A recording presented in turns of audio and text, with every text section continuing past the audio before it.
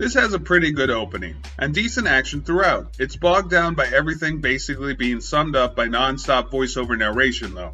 Show don't tell, especially when all you're telling is what you're showing, and all you're showing is animation reused from something else. In the 5 years following Jason's death, I redoubled my efforts to protect Gotham City. Alone. I mean, it's like you're telling me this movie as if it were a book. It doesn't help that Bruce Greenwood is an incredibly wooden Batman in this film. To blame someone else for what Jason had become. But I, alone, was responsible for Jason's path. But the action is good enough that it almost makes the horrible storytelling style forgivable. Almost.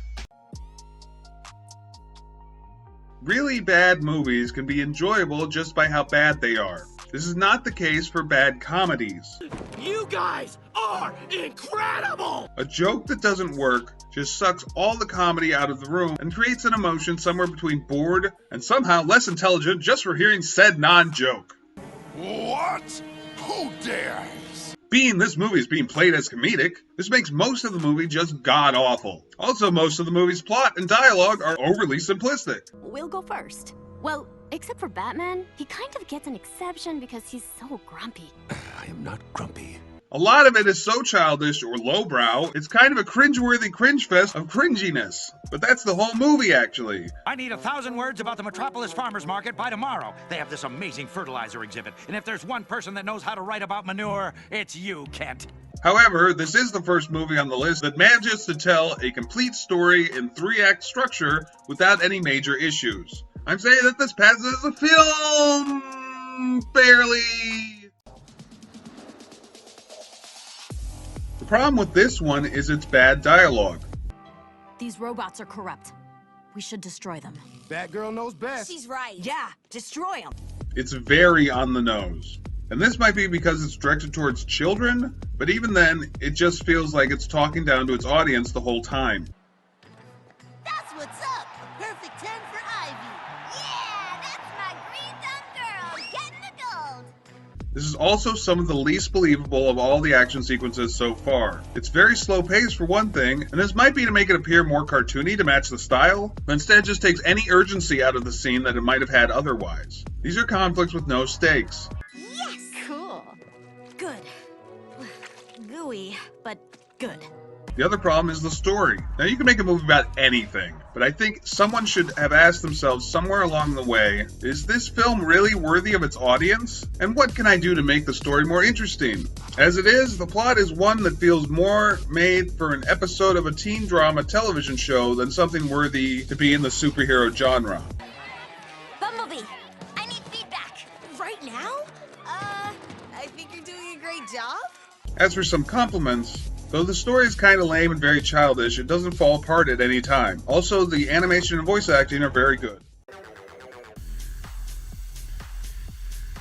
The problem with this movie is that it's basically a series of side plots that meander so much on unimportant things that the movie itself kind of forgets that it's supposed to be about Superman. Guess you know how that could bug a guy, right? That could bug. Actually, this movie should have been called Richard Pryor Meets Superman or something, because that's essentially what it feels like. Well, they're gonna have to see the police now. It's not your problem anymore. Whoa! Despite this complete lack of focus, this is still a fun movie that Superman is also in sometimes. There's a lot of humor throughout, and it's nice seeing a Superman movie where Lex Luthor isn't the bad guy, even if it's just for a Lex Luthor wannabe. I asked you to kill Superman, and you're telling me you couldn't even do that one simple thing.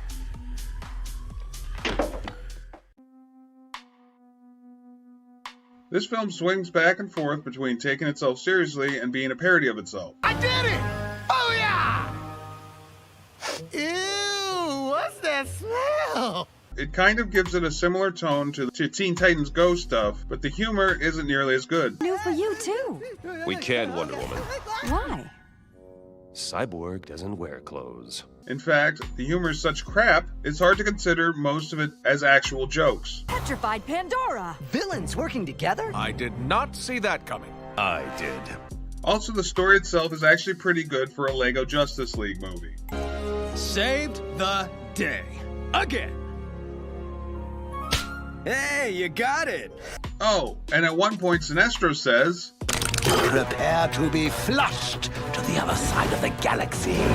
And then Flash says, Oh, I get it! Whoa! Flush! Like a toilet! and then Sinestro says, I said, prepare to be flushed to the other side of the galaxy. and then Gorilla Grodd says, I bet Flash didn't get it. and then later on Sinestro says, Because I flushed them all to the opposite side of the universe. I say flushed because I created this wormhole, you see, and it resembled a... you just had to be there. and soon after that Cyborg says, All right, Sinestro. Time to unflush the Justice League. I just thought I'd show this as a lesson on how to properly play a joke to death. Wasn't a very good joke to begin with.